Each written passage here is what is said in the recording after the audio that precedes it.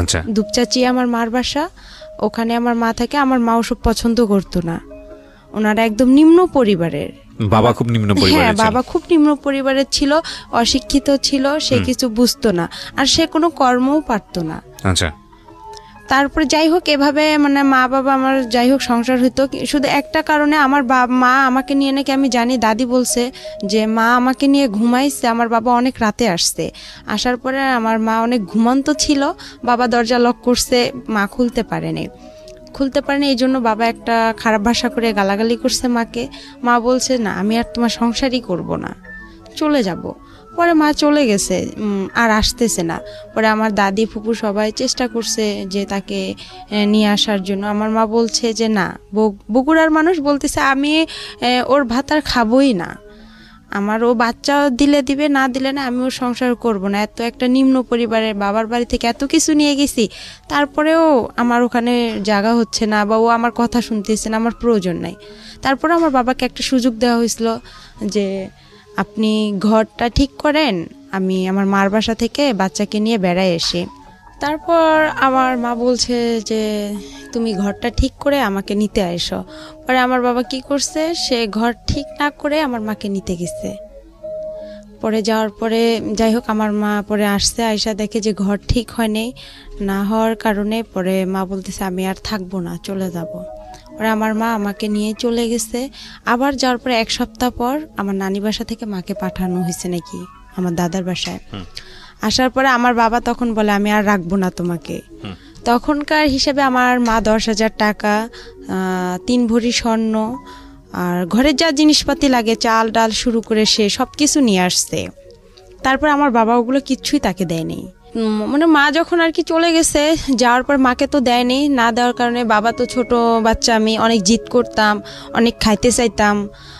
একটা মেয়ে তো মানে 4 বছর বয়স, তখন তো তার মার আদরটা সবচেয়ে বেশি প্রয়োজন হয়, বাট আমি তো সেটা পাইনি। বাট না পাওয়ার কারণে দেখা যায় আমি বাবার কাছে সে জিদটা করছি। আমার ফুপি ছিল, দাদি ছিল, আমার দাদি অন্ধ, আমার বাবার কারণে অন্ধ হয়ে গেছে। আমার ফুপি রিলেশন করার জন্য আমার বাবাটা পছন্দ করতো না, আমার মা থাকাতে আমার ফুপি রিলেশন করতো।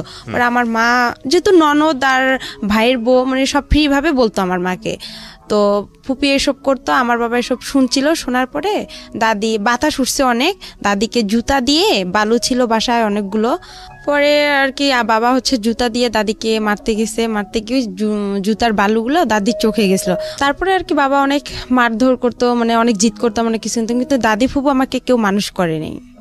সবারই পরিবার ছোট ছিল, আবার এতটা তারা অর্থ ছিল না, সবাই দিন মজুর করতো, কে আমাকে আর দেখবে, আমি তো ছোট বাচ্চা, এত কেয়ার দিয়ে তো রাখার মতো সময় নেই তাদের। পরে বাবার কাছে জিদ করতাম, বাবা মানে এই জন্য মারতো বেশি করে আমাকে। কুয়া আছে গ্রামের যে কুয়া, আমার বাবা আমাকে কুয়াতেও ফেলে দিছিল, শুকনা কুয়া। পরে আমার মেজো ফুপুর ছেলে আমাকে উঠাইছে ওই কুয়া থেকে, দুধের জন্য অনেক কান্না করছিলাম। আর আমার বাবা তখন থানাতে, আমাদের ভ্যান্না পীরগঞ্জ বলে বড়দরগা, ওখানে থানাতে আমার আব্বা ওখানে বাবুর্চি হিসাবে কাজ করছিল। ওখানকার দারোগার ওয়াইফের বাচ্চা ছিল না, উনি আমাকে চাইছিল, আমার বাবা বলছে না দিবে না, কিন্তু সে সারাদিন সকালে যায়, রাতে থাকার পরে আসতো, মানে তারপর আমাকে সে এতটা ভালোবাসতো না। তারপর আমার মার কাছে খবরটা চলে যায়, যার পর আমার মা বলে যে ওকে দিয়ে যাও রেবাকে আমার কাছে। তো আমার বাবা বলতেছে না, জীবন গেলেও দিব না। আর আমার আব্বু একটু বেশি থানা পুলিশ সে একটু করতো, আমার মারা আবার একটু ভয় করতো যে একটা মান সম্মানের ব্যাপার আছে, থানা পুলিশের, আচ্ছা ওর মেয়েকে ওই নিয়ে থাক। এভাবেই আমার মার সাথে আমার বাবার এখানেই সামর্থ্য হয়ে গেল। হওয়ার পরে আমি আর মানে তখন আমার দাদির কাছে ছিলাম। আমার রংপুরে আমার ছোট মার বাসা, ওখানে আমার আব্বু যে বাবুর্চির কাজ করতো, ওখানে যে আবার থানাতে আরেক লোক, উনি জানি কি কাজ করতো এটা জানি না, বাট উনি আবার বলছিল যে এখানে আমাদের রংপুরে এক মহিলা আছে, তুমি কি তাকে বিয়ে করবা? ওই মহিলার হচ্ছে আগে বিয়ে হয়ে গেছে, এরকম তুমি যে বিয়ে করতে চাও। তো আমার বাবা বলছে আমার একটা মেয়ে আছে, কিন্তু তাকে বলতে হবে যে আমার মেয়েটা আছে, এভাবে তাকে দেখতে হবে। তারপরে যাই হোক তারা বিয়ে করছে আমাকে। তারপরে দেখা যায় মানে হালকা আমি যে একটু বুঝি যে মা কীরকম, না এতটাও বুঝি না যে আমার ওটা সৎ মা বা এরকম। ওখানে গেলাম, আমরা ভাড়া বাড়িতে উঠলাম রংপুরে, শহরের ভিতরে। ভাড়া বাড়িতে ওঠার পরে আমার আব্বা ওখানে আপনার প্রথমে কাঁচামালের ব্যবসা দিল। কাঁচামালের ব্যবসা দেওয়াতে আমার আব্বু অনেক লস খাইলো। লস খাওয়ার পরে সে মানুষকে অনেক বাকি টেকি দিয়ে আমার সৎমা বাবার বাড়ি থেকে জায়গা বিক্রি করে আনছে। তারা আবার একটু স্ট্যান্ডার্ড ফ্যামিলি, সে আবার পছন্দ করতো না যে সে একদম রিক্সা চালাক ভ্যান চালাক, এটা তার একটা মানে মান সম্মানের ব্যাপার ছিল, সে চাইতো না। সে জায়গা বিক্রি করে এনে তাকে ওটা যে সে দেখে সেটাতেও লস খাইলো। পরে তাকে কি করা হলো, রিক্সাতে দেওয়া হলো। রিক্সা চালায় আমার সৎমা আমাকে আবার এতটা ভালোবাসে না। মানে সে বলে যে সতীন নাই, সতীনের কোনো বাচ্চা কাচ্চাও ভালো লাগে না, আমি কি সতীনের সংসার করব? তখন এই আমাকে নিয়ে রেগুলার আমাদের ঝগড়া হয় আমার বাবা মার। মানে আমি আর কি, আমি তো কোনো কথা বলতে পারি না, তখন আমার টাইফয়েড নিউমোনিয়া। তারপরে এভাবে আর কি মানে সে আমাকে নিয়ে তাদের খুব আপনার সৎমার ঝামেলা করতো? হ্যাঁ, অনেক ঝামেলা করতো, অনেক মারধর হইতো। এভাবেই আর কি দিনগুলো চলে গেল। 2-3 বছর চলে গেল। যাওয়ার পরে আমার সৎ নানার বাসায় চলে আসলাম আমরা। চলে আসার পর ওখানে আমার মানে সবাই আর কি মানে গ্রাম অঞ্চলে ও এক কথা বলতো, ও এক কথা বলতো, মানে আমি বাট আমার মার সব কথা শুনতাম। আচ্ছা, যাতে আমি এতটুকু আমার মেধাতে ছিল যাতে সে আমাকে ভালোবাসে, আমি যাতে তার কাছে মার আদরটুকু। আপনি কি ছোটবেলাতে বুঝতেন যে ইনি আমার সৎ মা, ইনি আমার আসল মা না? এটা বুঝতেন? এতটা বুঝতাম না। আচ্ছা, ওই সময় অন্য কোনো ভাই বোন ছিল না? শুধু আপনি? না, শুধু আমিই ছিলাম। শুধু আপনিই ছিলেন। ওকে। তখন আমার মার এতটা বয়স ছিল না, আমার সৎ মার, ওনারও হালকা বয়স ছিল। জি।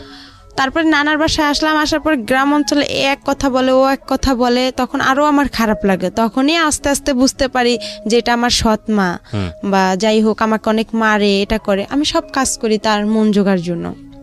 না, এখানে একটা আছে, আমার ভাই হয় শহরে, আমার একটা ভাই, ওই আমার সৎ মার ছেলে হয়, ওই ছেলেকে শহরে তখন আমি সম্পূর্ণ দেখাশোনা করি। কিন্তু ওর যখন আমার মার গর্ভে থেকে হয়েছে তখন থেকে ওর আমি যে হাগু মুতু করে যে কাপড়গুলো আমি সম্পূর্ণ ধুয়ে দিছি, আমার সৎমাকে কিন্তু কিছু করতে দেয়নি। যাই হোক, ঠিক আছে, হ্যাঁ বলেন। তারপরে এখান থেকে আমরা চলে আসলাম আমার নানার বাসায়, শেখপাড়া, আমাদের রংপুরে। শেখপাড়া যখন আসলাম, আসার পরে ওখানে বড় হলাম আস্তে আস্তে। ওখানে আমাকে স্কুল ভর্তি করে দেওয়া হলো, প্রাইমারি স্কুলে। ওখান থেকে আমি মানে 3তে যখন উঠলাম তখন আমার বাবা কি করলো, আমার মার সাথে রেগুলার ঝগড়া হয়। আমার বাবা আবার সৎ মা, তারপরে ওনার যে ফ্যামিলি আত্মীয় স্বজন গুলো আছে তাদের সঙ্গে কথা বলে না। আবার যদি আমি একটু কথা বলি, দেখা যাচ্ছে আমার আব্বু মানে হাতের কাছে লাঠি পাবো বা যা দা বটি যেটা পাবে সেটা দিয়ে আমাকে মার শুরু করবে। আবার আমার মা কথা বলে ওনার সাথে অশান্তি শুরু করতো। মানে আপনি কার সাথে কথা বললে অশান্তি শুরু করতো?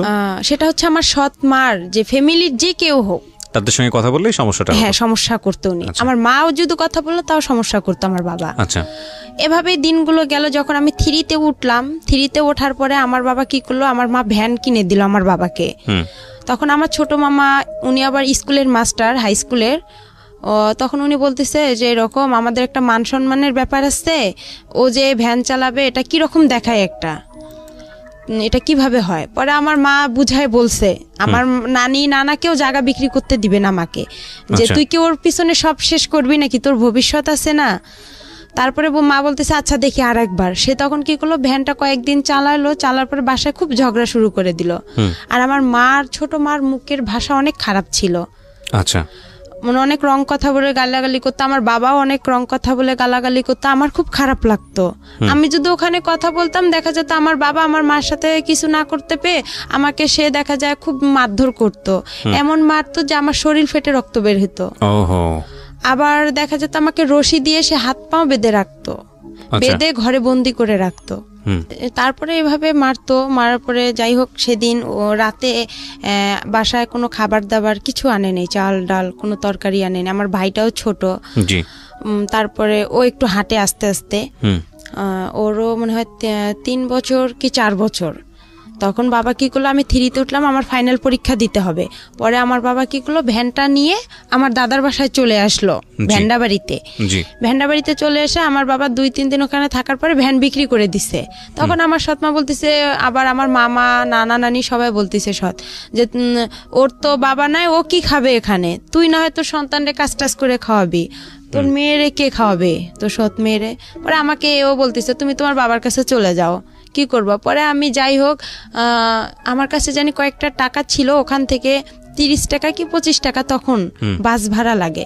আমি মডার্নে আসলাম, এসে ওখান থেকে বললাম যে আমি এখানে ভেন্ডাবাড়িতে যাব, পরে এত টাকা আছে। পরে ওভাবে আমি খুব রিকোয়েস্ট করলাম ড্রাইভারকে যে আঙ্কেল আমি তো অনেক ছোট মানুষ, দেখেন আমি এখানে কোথায় হারায় যাব, আমার বাবার কাছে আমাকে নিয়ে যান, আমার এরকম সমস্যা। তাকে আমি বিস্তারিত বললাম, সে বলতেছে আচ্ছা আমি চিনি তোমার বাবাকে। আচ্ছা।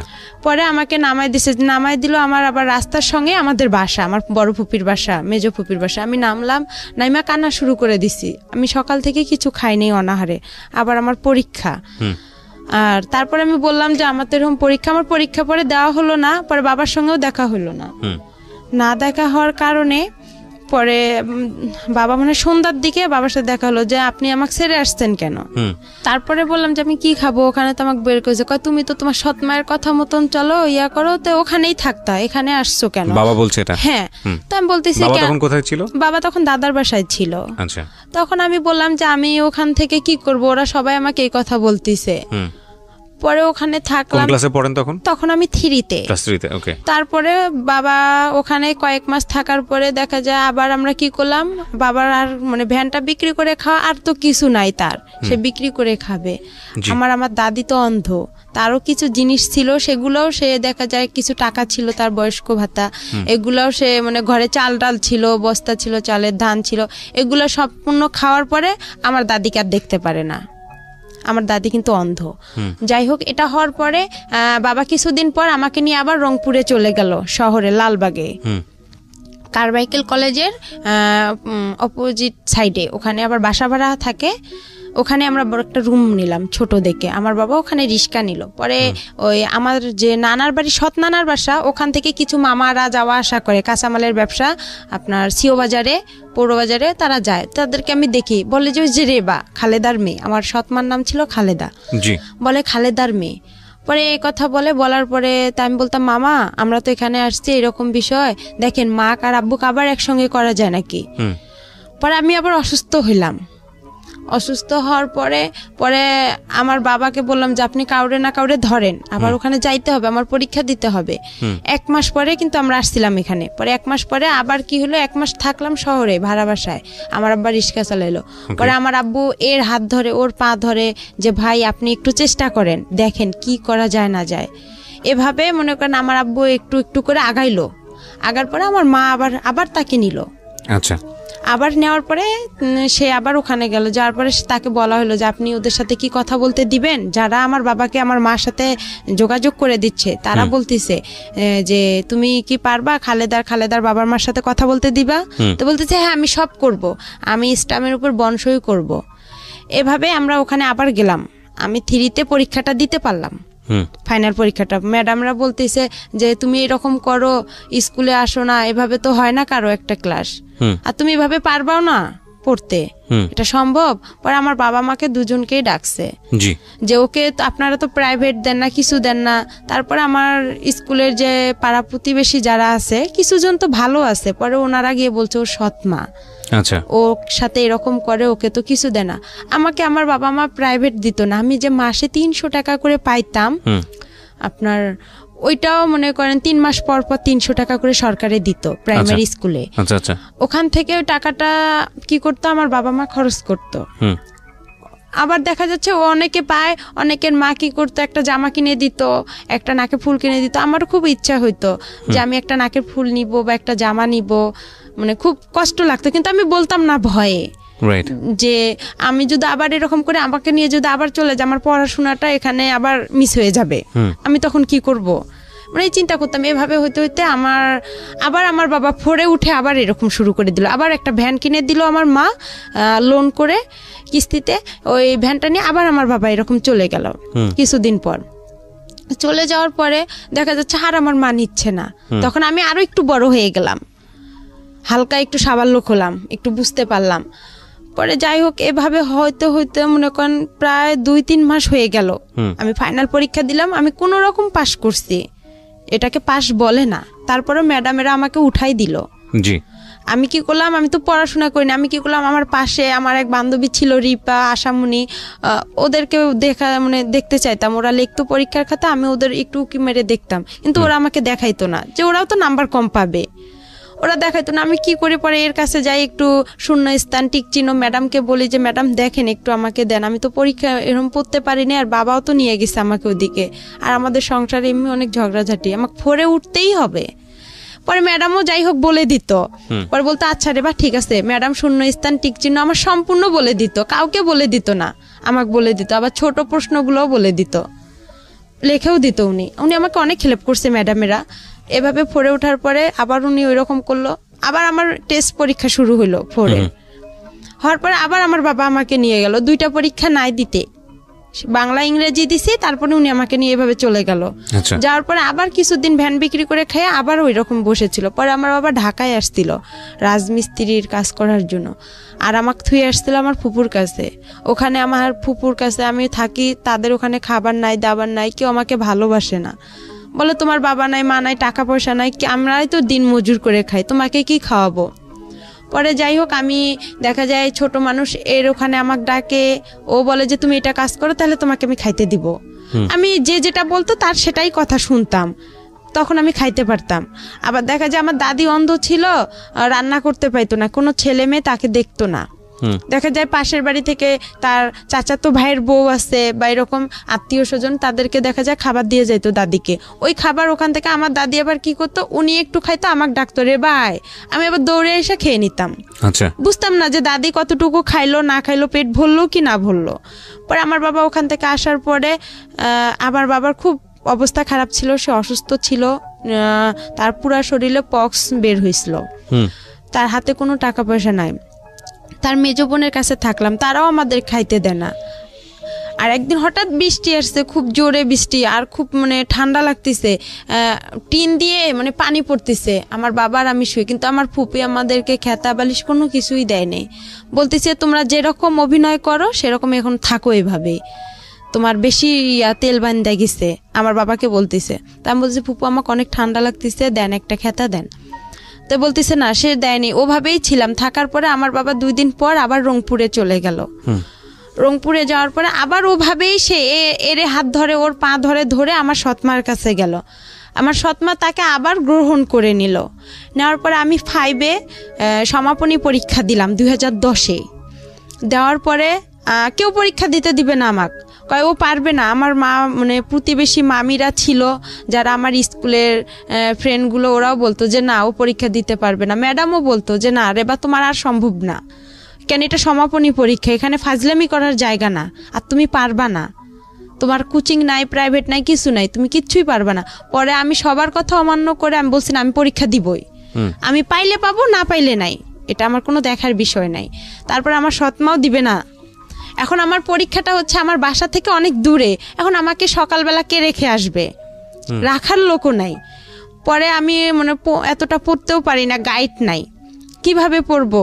যাই হোক একটু করে মানে যতটুকুই পড়ছি, আল্লাহ আমার পাশে ছিল বিধায় আমি মনে হয় পরীক্ষাটা দিতে পারছি, পাশও করছিলাম। কোন ক্লাসে? 5-এ। ক্লাস 5? হ্যাঁ 5-এ 2010-এ। পরে আমার একটা মামাতো ভাই আমাকে রেগুলার রেখে আসতো সকালবেলা, আর আসার সময় আমি হেঁটে আসতাম, বান্ধবীদের সাথে হেঁটে আসতাম। ওখানে একটা ছেলের সঙ্গেও আসতাম।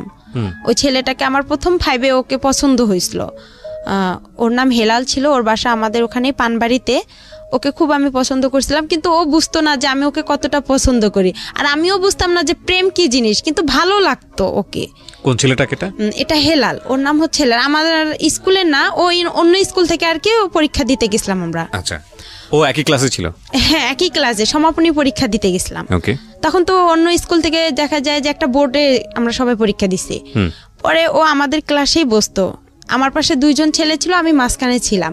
পরে ওদের দেখছি, আমি নিজেও কিছু বাসায় পড়ছিলাম, ওগুলা দেখে আমি পরীক্ষা দিছিলাম। পরে ওই ছেলেটাকে খুব পছন্দ হয়েছিল, মনে হয় ওর সাইকেলে আমি একদিন আসছিলাম, আর বাকি দিনগুলো আমি হেঁটে হেঁটেই আসছি।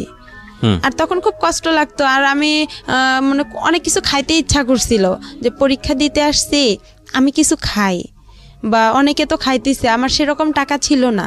বাবা চুরি করে আমাকে যে টাকাটা দিছিল আমি ওই টাকাটা খাইতাম না, যে টাকাটা আমি জমায় হয়। আমার আবার একটু চুল বড় ছিল, আর আমি সাজগোজ খুব পছন্দ করি।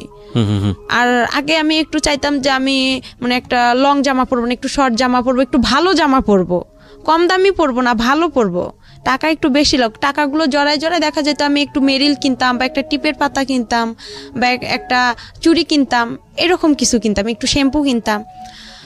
এভাবে আমি টাকাগুলো খরচ করতাম না, জড়ায় জড়ায় রেখে দিতাম আমার কাছে। রাখার পরে এভাবে আমি পরীক্ষা দেওয়া হয়ে গেল, আমার রেজাল্টও বের হইলো। রেজাল্টে আমি সেরকম ভালো পাইনি, আমি সেকেন্ড ডিভিশন, ওটা তখন জানি কি ছিল, কিন্তু কোন ক্লাসে? 5-এ সমাপনী আমার শুরুতে। ঠিক আছে, আপনি পাস করেছেন। হ্যাঁ, তারপর কোনো রকম পাস করেছি, করার পরে আমাকে 6-এ 11তেই ভর্তি শুরু হচ্ছে। পরে ওখানে আমাকে ভর্তি করা হলো। আমাকে ভর্তি করবে না, আমার মা বলতেছে না ও পারবে না, আমাকে বিয়ে দিয়ে দিবে। আমার বিয়ের জন্য ছেলে খুঁজতেছে অনেক, এরা বিয়ের জন্য ছেলে খুঁজতেছে। এক ছেলে, ও হচ্ছে, এটা বলবো কি না বলবো এটা অনেক খারাপ কথা, আমি চাচ্ছি না যে এই কথাটা না চাইলে বলার দরকার নেই। এটা আপনি বলার, বুঝান আপনাদেরকে কি হয়েছে। হ্যাঁ, এই ছেলেটা একটা দুর্ঘটনা ঘটাইছে, ঘটার পর ওই ছেলেকে দিয়ে আমার বিয়ের কথা বলতেছে আমার মা। ছেলে আপনার গ্রাম অঞ্চলে টলি চালায়, পাওয়ার টলি, জমি চাষ করে। ওই ছেলে, হ্যাঁ টলার, ওই ছেলেকে দিয়ে আমার বিয়ে দিবে। তা আমি বলতেছি ওই ছেলে একটা এত বড় দুর্ঘটনা ঘটাইছে, ওকে আমি বিয়ে করব না। আমি আর কি মনে মনে এটা ভাবতেছি যে না, আমি কখনোই ছেলেকে বিয়ে করব না।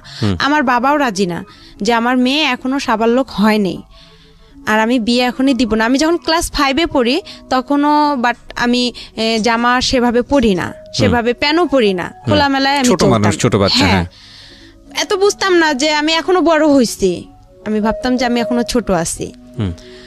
কিন্তু আমার মার কাছে আমি খুব বড় ছিলাম, সে আমাকে খুব দ্রুত বিয়ে দিতে পারলে হয়তোবা সে বেঁচে যাইতো, এটা ভাবছিল। কিন্তু সে আমাকে অনেক জিদ করে বিয়েটার কথা বলছিল। আমি পরে আমার বাবা বলছে না, আমিও বলছি যে না, বিয়ে করব না এখন। আমি ইউসেপ টেকনিক্যাল আমাদের ওখানে শুরু হয়েছে, ওখানে আমি ভর্তি হব। আচ্ছা, টেকনিক্যালি আপনি কি করবেন?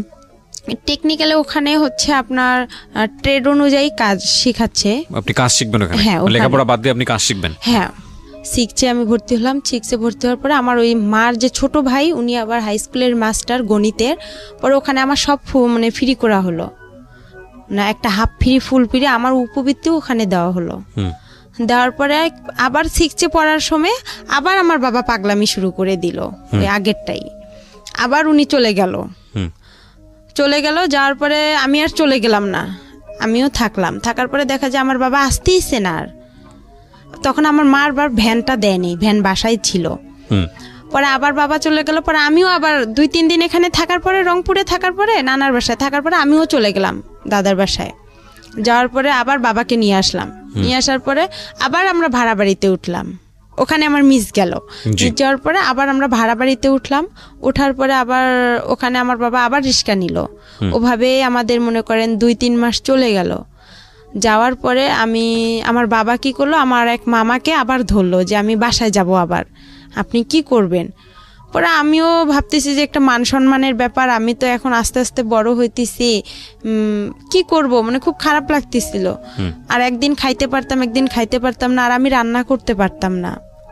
মানে ভাড়া বাড়িতে ছিলাম, সবাই তো সবার কেয়ার করে না। পরে যাই হোক, এভাবে দিনগুলো গেল। যাওয়ার পরে ভাত রান্না করতাম, আপনার মাটির যে পাত্র আছে ওটাতেও তরকারি রান্না করতাম, ওটাতেও ভাত রান্না করতাম। কিন্তু গ্যাস ছিল না, আমাদের রংপুরে এখনো গ্যাস হয়নি। আচ্ছা, তো তখন আবার কি ছিল, একগুলো লম্বা লম্বা কাঠ ছিল, ওগুলো গোল করে কেটতে হয়, কাইটটা আবার আপনার কেরোসিন তেল দিয়ে ধরাইতে হয়। আমি খুব কষ্ট করে ধরাইতাম। আর একদিন রান্না করতে গেছি মাটির পাতিলে মুরগির গোস্ত, পরে দেখি মাটির পাতিল ভেঙে সব পড়ে গেছে চুলার নিচে। ওগুলো আপনি কি রান্না করেন নিজের জন্য খাওয়ার জন্য? হ্যাঁ, নিজে, বাবার জন্য আর আমার জন্য খাবার। এখন হোটেল থেকে খাবার খাওয়া তো আর পোষাইতো না। বাবা যে ইনকাম করতো সেই ইনকামে দেখা যায় রিস্কার যে আপনার যে ভাড়াটা ওখানে মানে ইনকাম করে নাকি রাতে আবার একটা জমা দিতে হয়, সে জমাটা যদি এখন দেয় তাহলে আমাদের আর খাবারের টাকা থাকতো না।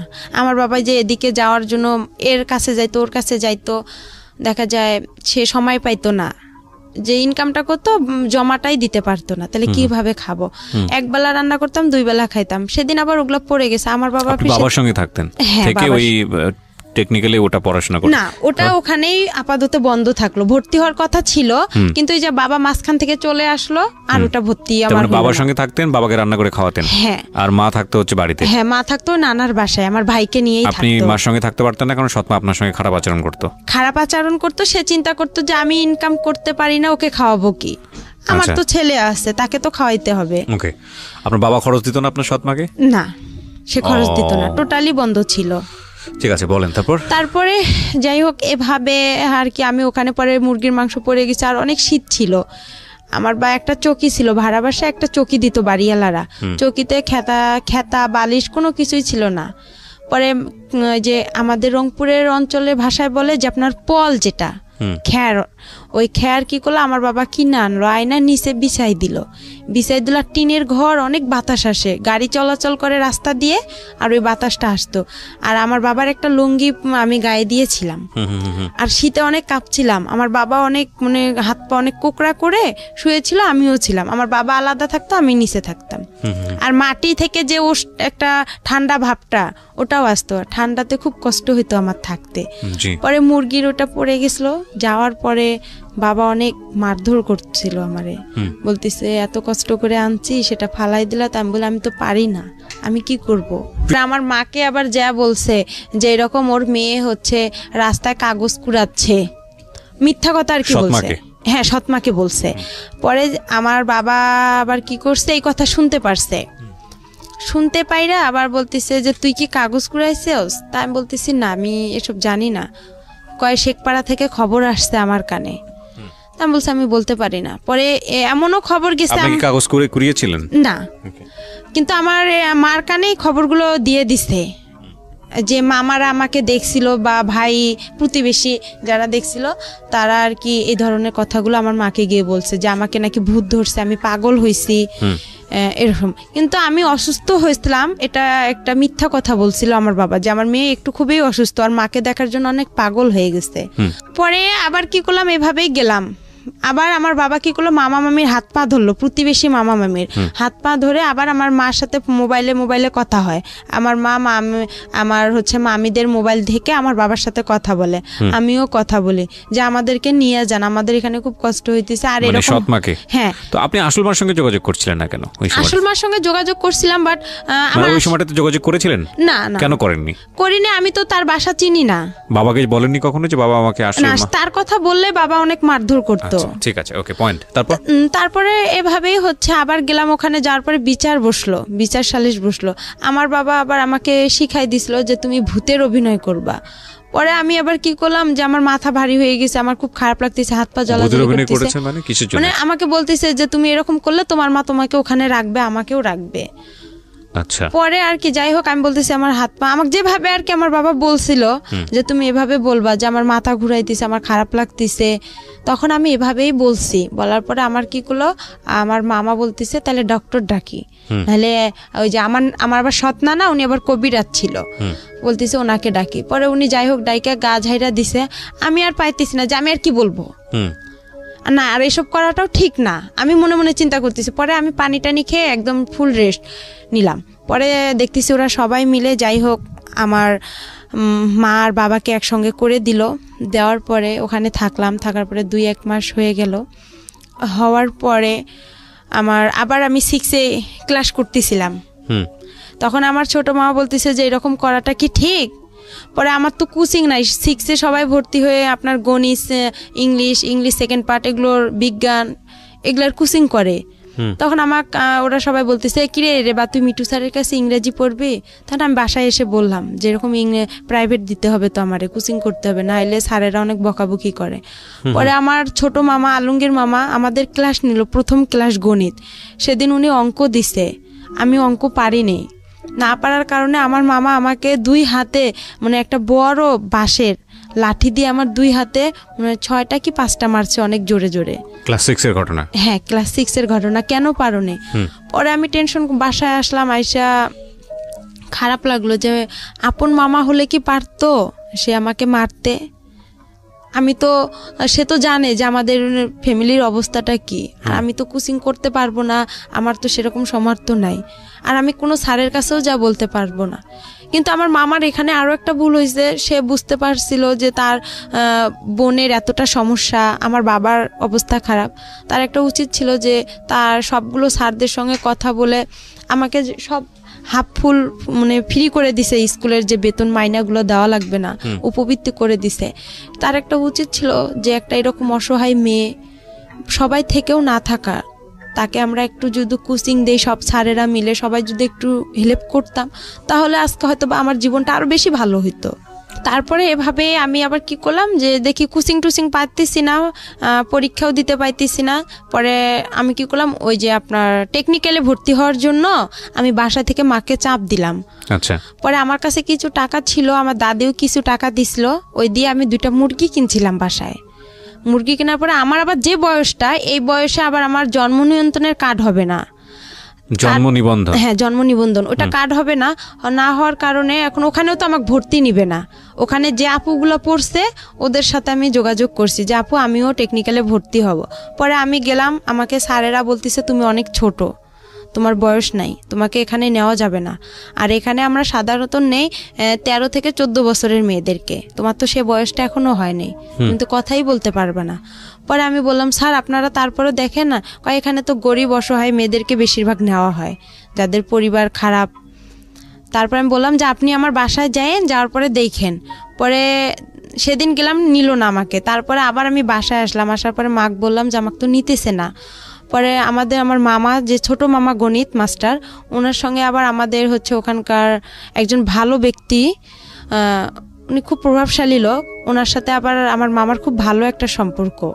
পরে আমার মা কি করলো, ওনাকে বললো, ওনার দ্বারাই আবার কি করলো, ওনাকে বললো যে আমার ভাগ্নিটা এরকম টেকনিক্যালে ভর্তি হতে চাচ্ছে, ফ্যামিলি এরকম, একটু আপনি চেষ্টা করে দেখেন।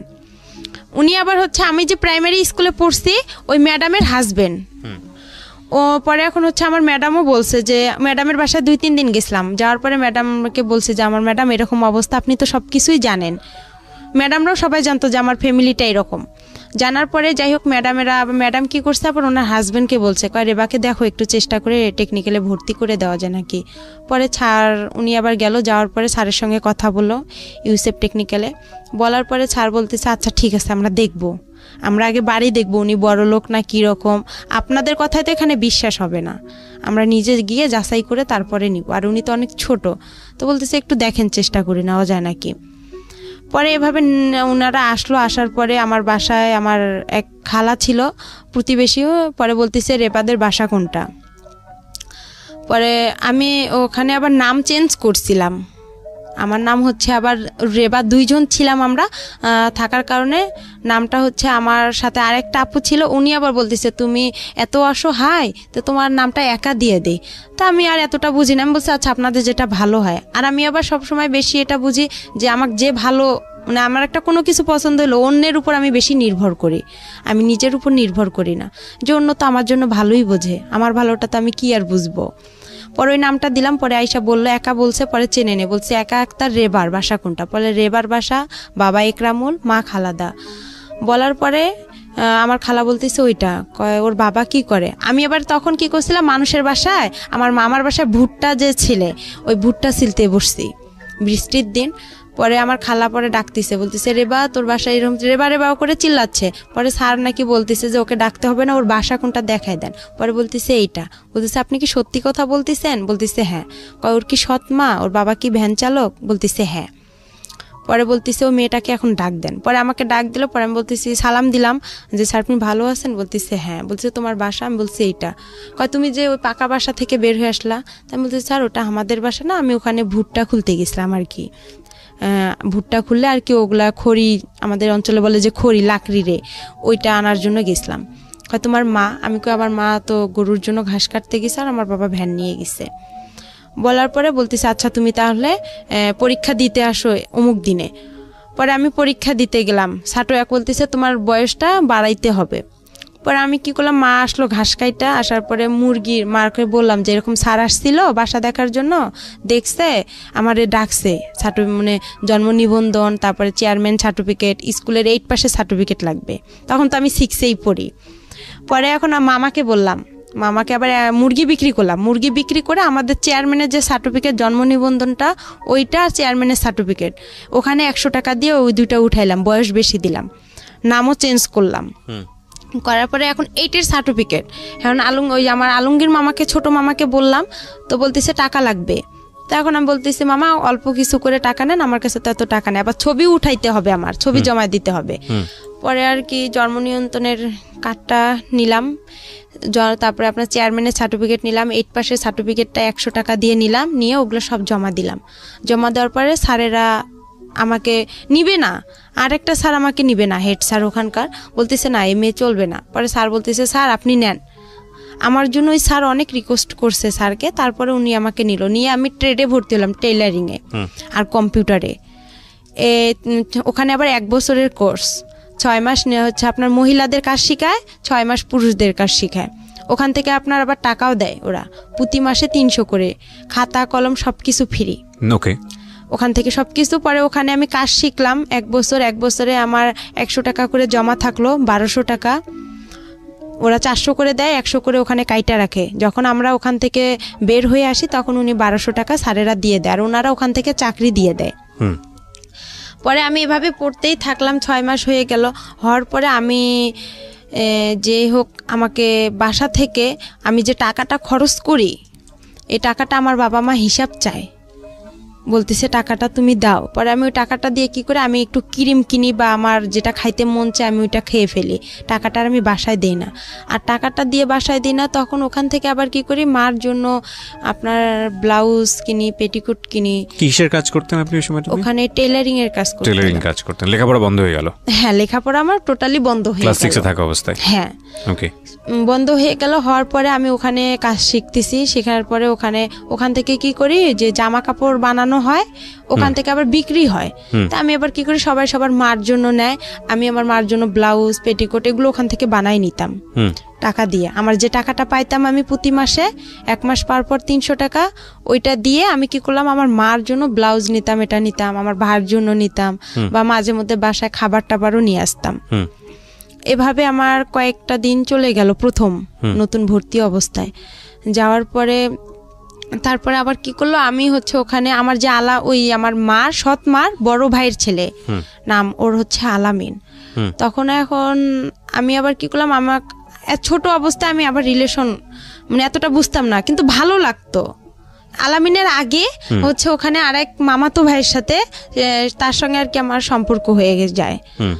ও হচ্ছে টেকনিক্যালে পড়ে, ও আগে বের হইছে। পরে বের হওয়ার পর ওই আমাকে ওখানে ভর্তি করাইছে, মানে খোঁজ দেওয়াইছে যে এখানে ইউসেফ টেকনিক্যাল হইছে।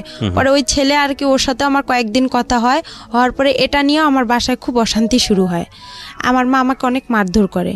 আর আমি যে টেকনিক্যালে আপনার সকাল আমার 8টা বাজে মানে ক্লাস শুরু হইতো, আমি সকালবেলা উঠতাম, উঠে আপনার আরবি পড়তে যাইতাম, মুক্তব বলে, মুক্তবে যাইতাম। ওখান থেকে এসে আবার বাসায় প্লেট টেলেট ঘরটা ঝাড়ু দিতাম, আবার গোবর যে উঠায় আমাদের গরু ছিল গোয়াল ঘর, এগুলো পরিষ্কার করতে, হ্যাঁ এগুলো সম্পূর্ণ কাজ করতাম। করে ভাত পাইলে পাইতাম, না পাইলে এভাবে আমি অনাহারে চলে যাইতাম। আর আসতাম 1টা বাজে, 1টা বাজে আসে আমি আবার কি করতাম, উঠান ঝাড়ু দিতাম, সব কাজকর্ম করে তারপরে একটু ভাত খাইতাম। খাইয়া যদি একটু বিশ্রাম নিতাম, মা চিল্লাচিল্লি করতো, অনেক গালাগালি করতো খারাপ ভাষা করে। ওকে, পরে বলতো যে, আর ওই ছেলের সাথে আমাকে যখনই একটু দেখতো তখনই আমার মা মনে করতো যে আমি কি না কি করে ফেলছি। আইসা আমাকে মনে করেন হাতে যদি পাশুন থাকতো পাশুন দিয়ে মারতো, লাঠি পাইতো লাঠি দিয়ে মারতো। খুবই অশান্তি শুরু করতো আমার ওই মা। ওকে, আর আমি ভালো ঠিকভাবেও আমার মা আর বাবার কাছে আমি এমন কিছু পাইনি যে তারা আমাকে আদর দিছে, ভালোবাসা দিছে, মানে এতটুকু পাইনি। আমি যে মার যে মা, আমি ওনার কাছ থেকে সবসময় একটা জিনিস চাইতাম যে উনি যখন ওনার সন্তানকে ভাত উঠায় খাওয়াইতো ভাইয়া, তখন আমার খুব ইচ্ছা করতো যে আমাকেও মা ভাত উঠায় খাওয়াবে। আমি তখন বলতাম যে আমারও একটু খাওয়ান। সে ঘৃণা করতো, আমার মুখ থেকে ভাতটা পড়বে বা তার ছেলেরে খাওয়াবে, সে চাইতো না। আর যখন ওই ছেলেটার সঙ্গে আমাকে দেখতো তখনই খুব মারধর করতো। আমার ওই ছেলেটার মাও আমাকে অনেক বকাবকি করতো। আর আমি পারতাম না, যে আমি আবার চিন্তা করতাম যে ছেলেটাকে বিয়ে করলে হয়তো বা, আমি এতটুকু বুঝতাম না যে ছেলেটার সাথে আমি কথা বললে হয়তো বা মান সম্মান শেষ হবে বা এগুলো কিছুই বুঝতাম না। কিন্তু ভালো লাগতো এটাই, হ্যাঁ জাস্ট ভালো লাগতো, কিন্তু এরা কেউ বুঝতো না। এরাই এটা নিয়ে সবসময় বাড়াবাড়ি করতো। আর আমার মা বাবা কোথাও যাইতো, আমার ঘরে তালা মারিয়া যাইতো।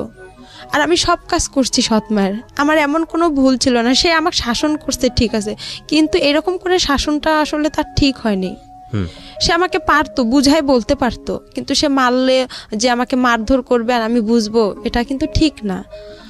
বন্ধ হওয়ার পরে আমি আমার ওখানে টেকনিক্যালে আমার 3 মাস হয়। হওয়ার পরে আমি কাজটা আমার রানিং হয়ে যায় ওখানে। ওকে। কাজ রানিং হওয়ার পরে আমার মামি বলতো যে এরকম, এক মামি বলতো যে তুই তো অনেক বড় হয়ে গেছিস। তখন একটা ফোন কিনলাম আমি চুরি করে। ওই আলামিনের বোন ছিল ফেন্সি, ও আবার অনার্সে পড়তো কারমাইকেলে। পড়ার পরে ওই আপুর সাথে আবার আমার বেশি একটু ভালো সম্পর্ক ছিল। ও কিছু করলে আমাকে এসে বলতো, কোথাও গেলে আমাকে নিয়ে যেত। মানে আমাকে খুবই ভালোবাসতো, আদর করতো ওই মামিরা, আলামিনের বাবা মা, ওর বোন। ওখানেই বেশিরভাগ খাওয়া দাওয়া হইতো। তারপরে এভাবে আমাকে ওই মামি আবার বলতেছে, ফোন কিনলাম, কেনার পরে ওই ফেন্সি আপুর সিমটা আমার কাছে ছিল।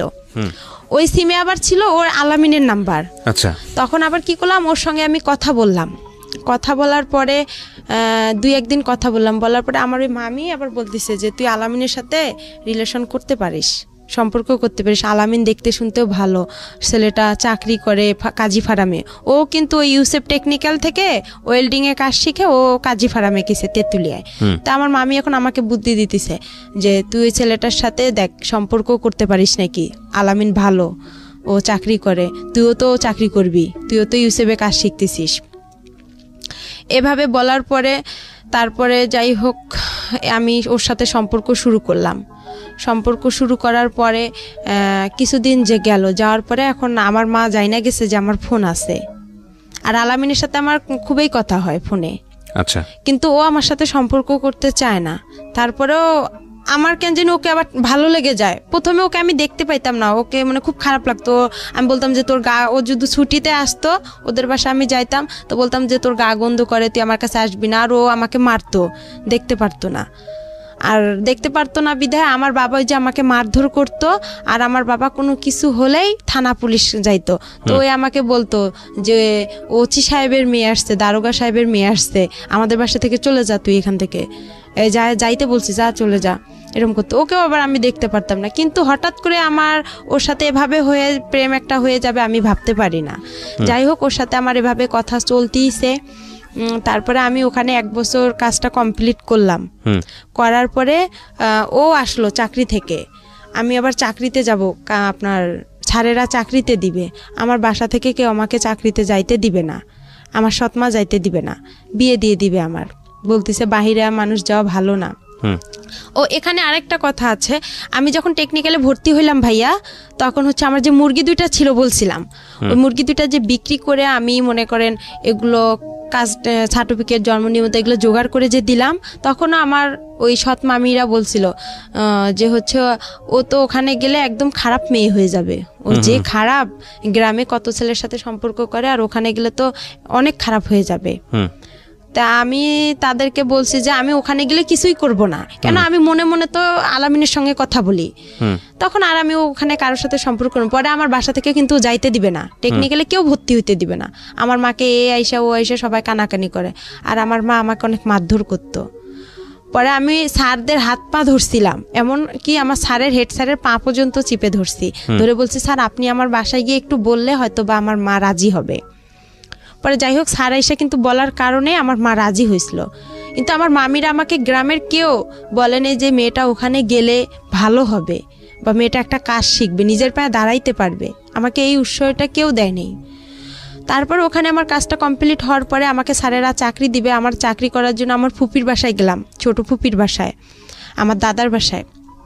যায় ওদের কাছে আমার ফুপা আবার ইন্টার পাস, তা বললাম আপনি তো শিক্ষিত মানুষ, তো আপনি একটু কিছু ভালো মন্দ বুঝবেন। পরে ওনাকে ডাইকে আনলাম, ডাইকে আনার পরে উনি আসলো। আসার পরে স্যারদের সাথে কথা বললো যে আপনারা কোথায় চাকরি দিবেন, কি আসল বিষয়, মেয়ে মানুষ। তো পরে স্যারেরা বললো যে আমাদের অনেক মেয়ে আছে, শুধু ও না, আমাদের এই ব্যাচের অনেক মেয়ে যাবে। আচ্ছা।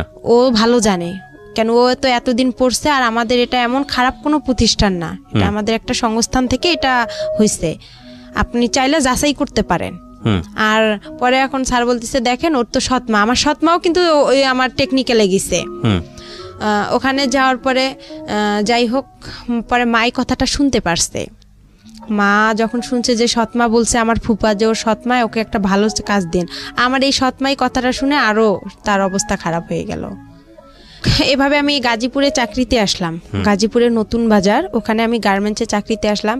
আসার পরে আলামিনের সাথে আমার কথা হয়, কথা হওয়ার পরে এভাবেই আমার প্রায় অনেক বছর গার্মেন্টসে আমি 2 থেকে 3 মাস চাকরি করি। করার পরে আমার ভালো লাগে না, সব মেয়েরা পালায় পালায় চলে যাচ্ছে আমার সাথে যে মেয়েরা গেছে। আবার কিছু মেয়ে দেখতেছি আমার সাথে যারা ওখানে আছে তারা একটা মেয়ের দুর্ঘটনা ঘটছে, আমি ওই দুর্ঘটনা দেখে আরো বেশি ভয় পাইছি যে আমারও না কি হয়ে যায়। পরে আলামিনকে বললাম যে এরকম অবস্থা, তো কইতেছে তুই চলে আয়, গার্মেন্টসে ভালো মেয়েরা যায় নাকি। পরে আমি ওখানে ঈদে ছুটি পাইলাম, ছুটি পেয়ে আমি কী করলাম আমার যা জিনিসপত্র ছিল আমি সবগুলো নিয়ে চলে আসলাম। আসার পরে আবার আমি ইউসুফে গেলাম। ইউসুফে যাওয়ার পরে স্যারকে বললাম যে স্যার আমার তো ওখানে ভালো লাগতেছে না, আপনি আমাকে আবার একটা চাকরি দেন, আমি বাসায় কি করবো, নাহলে আমার বাসায় বিয়ে দিয়ে দিবে।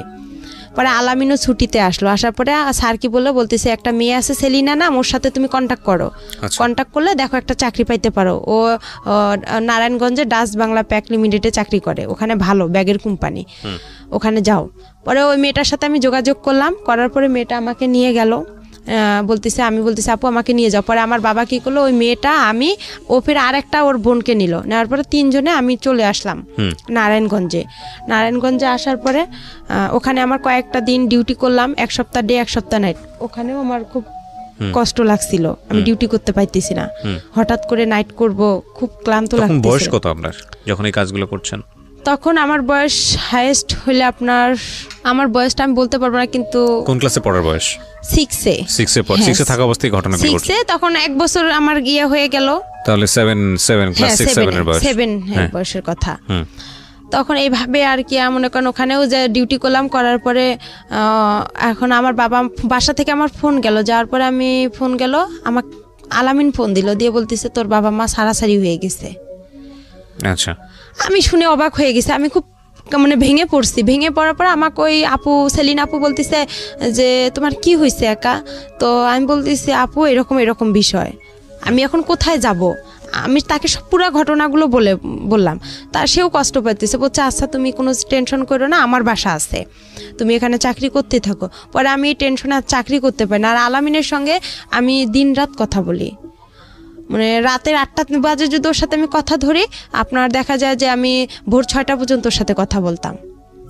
আর কিন্তু ডিউটিতে যাইতে পারতাম না, পালায় থাকতাম, আমি ডিউটি করতে পারতাম না।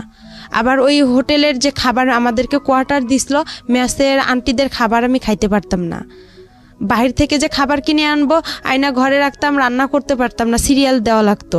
যাই হোক, এভাবে করে আমার ওখানে 1টা বছর চলে গেল, কিন্তু ওখানে আমি কারোর সঙ্গে রিলেশন করলাম না। আমাকে অনেক ছেলে প্রপোজ করলো যে তুমি বিয়ে করো, স্যারেরাও খুব হেল্প করছিল যে আমরাই তোমাকে বিয়ে দিব। পরে আমি বলছি না আমার বিয়ে হয়ে গেছে, মিথ্যা কথা বলছি যে আমার বিয়ে হয়ে গেছে এরকম। ওই ছেলে এখানে ও টেকনিক্যাল থেকে পাশ করে ওয়েল্ডিং থেকে আপনার কাজী ফার্মেও চাকরি করে, আমি সম্ভব না। পরে আমি এভাবে ডিউটি করতে পারি না। পরে আলামিনের সঙ্গে কিন্তু আমার চুপে চাপে দেখা হয়, ও আসে রংপুরে, আমিও রংপুরে যাই আমার বান্ধবীর বাসায়, ওখান থেকে ওর সঙ্গে দেখা হয়। এভাবে দেখা হওয়ার পরেই ওর সঙ্গে আমার প্রায় 2-3 বছর চলে গেল। 2-3 বছর চলে যাওয়ার পর ওকে আমি বললাম যে আমাকে বিয়ে করো। তো বলতেছে যে বয়স এই বয়সে আমাদের বিয়ে হবে না। তখন আমি বললাম যে এই বয়সে বিয়ে হবে না, তাহলে তোমার কি প্রেমের বয়স হয়েছে? প্রেম করতে বলছে হ্যাঁ আমার প্রেমের বয়স হয়েছে, আমার বিয়ের বয়স হয়নি। তখন ওই মেসের আপুরা যারা বড় আপু ছিল সবাই আমাকে বলতেছে যে দেখো একা, তোমার ওই ছেলে তোমাকে কখনোই বিয়ে করবে না। তারপরে যাই হোক এভাবেই চলে গেল। পরে আমি আবার রংপুরে চলে আসলাম। ওই ছেলে আলামিন আমাকে মেসে থাকার জন্য টাকা দিল, আমি লালবাগে মেসে উঠলাম। ডাইরেক্ট রংপুর থেকে সেলিনা আপু, যে আপু আমাকে নারায়ণগঞ্জে নিয়ে গেছে, ওই আপুর বাসায় আসলাম। আসার পরে ওখান থেকে ওর খালা মেসের বুয়া ছিল, পরে ওই বুয়াকে বললো যে খালা দেখেন এই মেয়েটাকে মেসে উঠানো যায় নাকি, মেসের লোক আমাকে নিবে না। মালিক বলতেছে মেয়ে তো পড়াশোনা করে না, আর আমাদের এখানে যারা পড়াশোনা করে তার ভার্সিটির মেয়েরা এখানে হোস্টেলে থাকে, এইভাবে থাকবে, আর এর টাকা কে দিবে? পরে খালা আবার বলতেছে দেখেন ওই মেয়ের বিয়ে হয়ে গেছে, শ্বশুর বাসা থেকে মেনে নিচ্ছে না, আপনি দেখেন একটু। পরে যাই হোক উনি আমাকে উঠাইলো। উঠার পরে 2-3 মাস আমাকে আলামিন মেসের সিট ভাড়া দিল, আমার খাওয়া খরচ দিল। পাশে আবার ওখানে থাকতেই পাশের রুম লাবণী আপু আছে, লাবণী আপুর সাথে আমার খুব পরিচিত, উনি আবার রোকেয়া ভার্সিটিতে পড়ে। পরে আপুকে সব কথা বললাম। পরে আপু বলতেছে ওই ছেলে তোমাকে কখনোই বিয়ে করবে না, ও একটা ফালতু ছেলে, তুমি এসব বাদ দাও। পরে আমার কাছে একটা টাচ ফোন ছিল, ওই ফোনে ওর সাথে কথা হয়। পরে কিছুদিন ওর সাথে আমি কথা বন্ধ রাখি। ও আমাকে লাস্ট টাকা দিয়ে গেছে মেসের ভাড়া, দিয়েও আমার আর ফোন ধরে না। ওকে বলছিলাম যে তুমি আসো রাজবাড়িতে, আমি দেখা করব। আমার ভালো লাগতেছে না, আর একা একা থাকি, আরও খারাপ লাগে। সব আপুরা চলে যায়, আমি মেসে একাই থাকতাম ভাইয়া। পরে ওকে ডাকলাম, ও আসে না, ও ফোন বন্ধ করে রাখছে। পরে ওর খালাতো বোনের কথা বলে, দেখছো মরিয়ম অনেক ভালো, আমার ভাত উঠায় খাওয়ায়, এটা খাওয়ায় ওটা খাওয়ায় অনেক। পরে এইভাবেই ওর সাথে ওর বন্ধুকে বলা হয় সব কথা, যে ও এরকম করতেছে কেন, ও আমার সাথে কেউ আমাকে বিয়ে করবে কি করবে না। এর ভিতরে আমি কাজী অফিসেও গেছিলাম যে বিয়ের খরচ কত টাকা লাগবে বা কি বিষয়। তারপরে ও আমার ফোন বন্ধ করে রাখছিল, ওর সিমটা একদম বন্ধ করে রাখছিল বা চেঞ্জ করছিল। এরপরে ওর কথা হয় না। পরে লাবণী আপু কী করলো, ওখান থেকে আমাকে আরেকটা মেসে দিল। ওই মেসের সিট ভাড়া বেশি। পরে বলতেছে তুমি এই মেসের সিট ভাড়া কম আছে, ওখানে যা 2-1 মাস থাইকে পরে চাকরি একটা খুঁজা, যে কোনো একটা দেখা যায় পার্লারের কাজ পাইলে তোমার আর কোনো সমস্যা নাই। পরে ওই মেসে গেলাম, ওই মেসেও আর আমাকে নিচ্ছে না। বলতেছে তোমার বাসা কই কি কই। পরে আমি ঠিকানা দিলাম, আমার বাসা নীলফামারী, আমি মডেলে পড়ি। এই ঠিকানা অনুযায়ী আমি ওখানে থাকলাম। থাকার পরে 1 মাসও থাকলাম না। থাকার পরে লাবণী আপুর সাথে আবার যোগাযোগ করলাম যে আপু দেখেন। পরে পার্লারের কাজের জন্য লাবণী আপু, আমি আর একটা আপু, হাসি আপু ছিল, 3 জনেই ওরা আমার একটা চাকরির জন্য খুব চেষ্টা করলো। পরে সারাদিন হাঁটাহাঁটি করলাম, কোনো পার্লারে নিচ্ছে না আমাকে। আমি কাজ জানি না, আর ছোট মানুষ, বলতেছে ও কী কাজ পাবে, এ বয়সেও কাজ পাবে না। পরে এই কথা বলার পরে আমি আবার কি করলাম, ওরা লাবণী আপু বলতেছে একটা পাইলাম, পার্লারে একটা কাজ পাইলাম, ওনার নাকি মেয়ে নাই। তো বলতেছে আমারও তো মেয়ে নাই, আর আমার যে মেয়ে পার্লারে কাজ করে উনিও ধর্ম মেয়ে ওনার। তো বলতেছে আচ্ছা ওই মেয়ে আবার আমাকে নিবে না, যার পার্লার সে আমাকে নিবে না। বলতেছে না আমি তোমাকে নিব না। প্রথমে বলছে নিবে, তারপরে বলতেছে যে না নিবে না। পরে এখন আমি যে বলছে নিবে, তে আমি কি করলাম, তাড়াতাড়ি করে মেসে গেলাম। গিয়ে আমার যে বালিশ খেতা ছিল, কাপড় চোপড় ছিল, আমি ওগুলা নিয়ে রিক্সা নিয়ে তাড়াতাড়ি করে ওনার বাসা রওনা দিলাম। লাবণী আপু বলতেছে আচ্ছা তুমি দ্রুত চলে আসো, যখন না নিবে ওরা তো আর তোমাকে বের করে দিতে পারবে না, ওখানেই থাকবা তুমি। পরে আমি চলে আসলাম, হাফ রাস্তায় আসছি, ওই আপু আমাকে ফোন দিছে, দিয়ে বলতেছে যে না তুমি আইসো না, তোমাকে আমি নিব না, আমার লোক আসছে। পরে আমি বলছি আপু আমি তো বাসায় আপনার এসে গেছি, লালবাগ রেলগেটে ওনার বাসা। পরে আমি ওনার বাসা উঠলাম, ওনার বাবা মা খুব ভালোবাসলো আমাকে, বলতেছে আমাদের মেয়ে নাই, একটা মেয়ে, তুমিও আর একটা মেয়ে, আমাদের 2টা মেয়ে হয়ে গেল এখন। এভাবে বলার পরে ওখানে 2-3 দিন আমি পার্লারে, উনি আমাকে কাস্টমার আসে ওদের আমি একটু খেয়াল রাখি, কাজ করি, ঝাড়ু টাড়ু দেই। এভাবে যাওয়ার পরে রাতে একদিন আলামিন আমাকে ফোন দেওয়ার পরে বলতেছে তুমি কি মরো নেই? তা আমি বলছি আমি তো বিষ খাইতে ধরছিলাম, আমি মিথ্যা কথা বলছি যে আমি বিষ খাইছিলাম, এরকম অনেক পুলিশ টুলিশ আসছিল, আমি তোমার নাম বলে দিছি ওকে আর কি, এভাবে বলছি। ওই আমার পাশে যে ওই আপুর ফির একটা মেয়ে শুয়েছিল, ও আবার কি অনেক রাতে কথা বলছে, 12টা-1টার দিক দিয়ে, ও এই কথাগুলো সম্পূর্ণ শুনে ফেলে সকালবেলা ওদেরকে বলে দেয়। যার পরে ওরা আমাকে আর রাখবে না বলছে। তখন আমি কি করলাম, লাবণী আপুর কাছে গেলাম। ওরাও ভয় পাইছে যে ওর যেহেতু ওখানে জায়গা হচ্ছে না, ও তো আমাদের কাছেই চলে আসবে। পরে আপুরা আর আমার ফোন ধরে না, আমি মেসে গেলাম, যার পরে বললাম সব কিছু। বলতেছে তুমি বাসায় চলে যাও, তোমার বাসায় চলে যাও। পরে ওখান থেকে আমি বাসায় চলে আসলাম, আমার মার কাছে আসলাম। আমার মার আবার কি করছে, আবার ওরা একসঙ্গে হয়েছে, এর মাঝে যে ছাড়াছাড়ি হয়েছে, হওয়ার পরে তারা আবার একসঙ্গে হয়েছে, আমি কিন্তু জানি না। কিন্তু তাদের সাথে আমার 2-1 দিন কথা হয়েছে। হওয়ার পরে তাদেরকে আমি বললাম যে আমি তো এরকম নারায়ণগঞ্জ থেকে চলে আসছি। প্রথমে জিজ্ঞাসা করে তুমি কতগুলো টাকা ইনকাম করছো, আমার বাবা আর আমার মা জিজ্ঞাসা করে। তা আমি কই আমি তো অসুস্থ ছিলাম, আমি পারিনি ইনকাম করতে। তখন আমার মা কয় আমার ভাইয়ের ছেলের সাথেই তো সারাদিন কথা বলো, তো ইনকাম করবা কই থেকে? তখন আমি বললাম আমি অনেক অসুস্থ, আমি বাসায় যাব। পরে তারা বলতেছে আচ্ছা ঠিক আছে আসো। পরে যাই হোক আমি বাসায় আসলাম, আসার পরে আবার আমাকে ঢাকায় পাঠানো হইলো গার্মেন্টসে। আমার মা বলতেছে বাসায় থেকে কি করবা? পরে ওখানে আমার এক চাচা চাচি আছে, ওনাদের কাছে গেলাম ভাই, আমি যাই ওখানে গার্মেন্টসে ভর্তি হইলাম। গার্মেন্টসে চাকরি পাইলাম না, হ্যাঁ চাকরি পাইনি, না পাওয়ার কারণে অনেক কয়েকদিন ঘুরলাম, আমাকে কোথাও নিচ্ছে না। ওখানেও বলতেছে আমি ছোট। ওখানে আবার কয়েকদিন থাকলাম, থাকার পরে ওখানেও এক ছেলেকে পছন্দ করলাম, যে আলামিন তো আমার সাথে সম্পর্কই করতেছে না। তো ওখানে আর এক ছেলেকে পছন্দ করছিলাম, এটা আমার দাদাবাড়ির এলাকারই, নাম রতন ছিল, ছেলেটা ইন্টার পাস ছিল। ও আর কি বাসা থেকে রাগ করে গার্মেন্টসে কাজের জন্য গেছিল। পরে আমার সাথে দেখা হয়, ওকে আমি আর কি বলি যে আপনাকে আমার খুব ভালো লাগে, আমি আপনার সাথে রিলেশন করতেছি, আমি এইভাবেই ডাইরেক্ট ওনাকে বলছি। তো উনি আবার কি করছে, ওর যে ভাই ছিল, ওর খালাতো ভাই, ওর বাসার আমার বাসা একসঙ্গে, ও আবার আমার বড় আব্বার ছেলে হয়, ওর খালাতো ভাই। পরেও বলছে ও তো আলামিনের সাথে এরকম হয়ে গেছে। পরে রতন বলতেছে না আপনি যেহেতু আগে রিলেশন করছেন আমার পক্ষে সম্ভব না। তখন ওটাও আমার ক্লোজ হয়ে গেল। পরে আমি চাকরি পাইতেছি না। পরে আমার কি ওই যে চাচা চাচির কাছে আমি থাকি, ওনারা আবার কি করলো, আমাকে ওই যে চাচার কাছে আমি প্রথমে গেছি, সে চাচা আমাকে রাতের বেলা, আমি তো চাকরি পাইনি, ওনার মেয়ে আছে, ওয়াইফ নাই, ওয়াইফ সাইরা দিছে, মেয়েটা আমার সাথে একটু বড় হবে 1 বছর, ও গার্মেন্টসের চাকরি পাইছে। ওর বাবা হঠাৎ করে রাতের বেলা মেয়েটা ঘুমাইছে, উনি আইসা হাত দিতে চাচ্ছে মানে মুখে, মনে করছে আমি অনেক ঘুমাই গেছি, কিন্তু আমি তো ঘুমাইনি। তখন আবার আমি হচ্ছে ফেসবুকও চালাইতাম হালকা পাতলা, অতটা বুঝতাম না, মেসেঞ্জার করতাম বা নাটক টাটক দেখতাম। উনি পরে আমি ওখান থেকে বাসায় ফোন দিলাম রাতেই যে বাবা এরকম এরকম উনি এরকম করতেছে চাচা। পরে কি করলো, ওখান থেকে আমাকে আরেক চাচার বাসায় পাঠানো হলো। পরে বলতেছে দেখেন আমার মেয়েটাকে নেন, ওকে একটা চাকরি দেন, গার্মেন্টসের চাকরি। পরে ওখানে থাকলাম, ওই রতনের সাথে যে সম্পর্ক করতে চাইছিলাম, এটা আর কি আমার চাচা চাচি জানাই গেছে, বলতেছে এই মেয়ে তো বেয়াদব। আর আমি কথা বলি ফোনে বেশি, আচ্ছা আমার ফোনে তখন অনেক রং নাম্বার আসছিল, তো আমি কথা বলতাম। পরে আমার যে চাচা চাচি ওটা পছন্দ করতো না, পরে আমাকে কি করলো, ওখান থেকে ওরা বাসায় পাঠার কথা বলছিল। পরে আমি ওখানে পেপারে দেখলাম ফার্মে, কাজী ফার্মে নিয়োগ দিছে। পরে আবার আমি ওদেরকে বললাম যে এরকম চাচি কাজী ফার্মে নিয়োগ দিছে, আমি এই চাকরিটা অনেকদিন ধরে করতে চাই, আমার খুব ইচ্ছা, এখানে নাকি অনেক স্যালারিও দেয় ভালো, কাজও কম। পরে যাই হোক, ওখান থেকে এখন বাসায় আসবো, টাকা নাই গাড়ি ভাড়ার। পরে আলামিনকে ফোন দিছি যে আমি এরকম অবস্থায় আছি, আমার কিছু টাকা দেও। আবার আমাকে 1500 টাকা দিছে, ওই টাকা দিয়ে আমার চাচা সহ আমরা বাসায় চলে আসলাম। বাসায় আসার পরে আমার মা বাবা অনেক অস্থির হয়ে গেছে, মানে আমাকে মারবে না ওরা কি করবে, মানে ওরা বুঝে উঠতে পারতেছে না। পরে কিছুদিন যাওয়ার পরে একটা হচ্ছে আমি আপনার কাজী ফার্মে বললাম যে এরকম নিয়োগ আসছে, আমার চাচাকে আবার বললাম যে চাচা যাই হয়েছে, আমি রতনের সাথে যেটাই করছি, বা আপনার আমি হাত জোর করে আপনি বাসায় যায় মা বাবাকে একটু বুঝা বলেন আমাকে যাতে একটু পরীক্ষাটা দিতে দেয়। আমার একটা ছাগল ছিল, ওই নারায়ণগঞ্জে যখন আমি আসলাম না ওখান থেকে ঢাকা থেকে, তখন ওই যে আলামিন যে আমাকে মেসেজ যে টাকাটা দিছিল, ওখানে আমার কিছু টাকা ছিল, ওইটার আমার একটা নাকের নথ ছিল, ওই নথটা বিক্রি করে আমি একটা ছাগল কিনছিলাম। তো এই ছাগলটা ছোট ছিল, অনেক বেশ বড় হয়ে গেছে, 5000-6000 টাকা হবে। পরে এখন আমি যে ফার্মে পরীক্ষা দিতে যাবো, আমাদের কাছে কিন্তু কোনো টাকা নাই। আমার মা আবার আসলো রংপুরে আমার নানার বাসায় বেড়াইতে, যাই হোক ওখানে আসলো, আসার পরে আমার বাবা আর আমি কি করলাম, পরীক্ষা দেওয়ার জন্য আমরা যাব হচ্ছে কুড়িগ্রামে।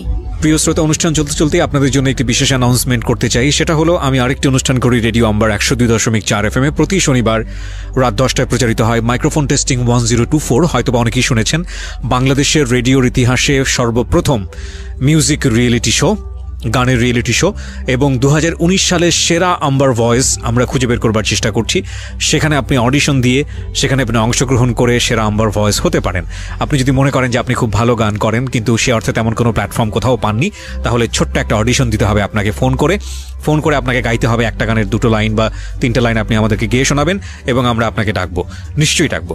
ওকে, ফোন নাম্বারটি আমি বলে দিচ্ছি। ফোন নাম্বারটি হচ্ছে 09611001024। আমি আবারও বলছি, ফোন নাম্বারটি হচ্ছে 09611001024।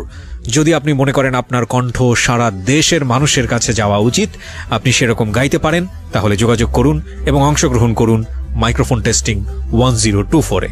আর একই সাথে আপনাদেরকে যেটা বলতে চাই, আজকের যিনি অতিথি আছেন তাকে যদি আপনারা দেখতে চান, চলে আসবেন আমার পার্সোনাল ইউটিউব চ্যানেলে www.youtube.com/RJKibriya.FM, RJKEBRIA.FM চ্যানেলটি আছে কিবরিয়া আরজে নামে। ওখানে গিয়ে প্লিজ সাবস্ক্রাইব করে নেবেন এবং তারপর আপনার যে ভিডিওগুলো দেখতে ইচ্ছে করে, যা কমেন্টস করতে ইচ্ছে করে ওখানে করবেন।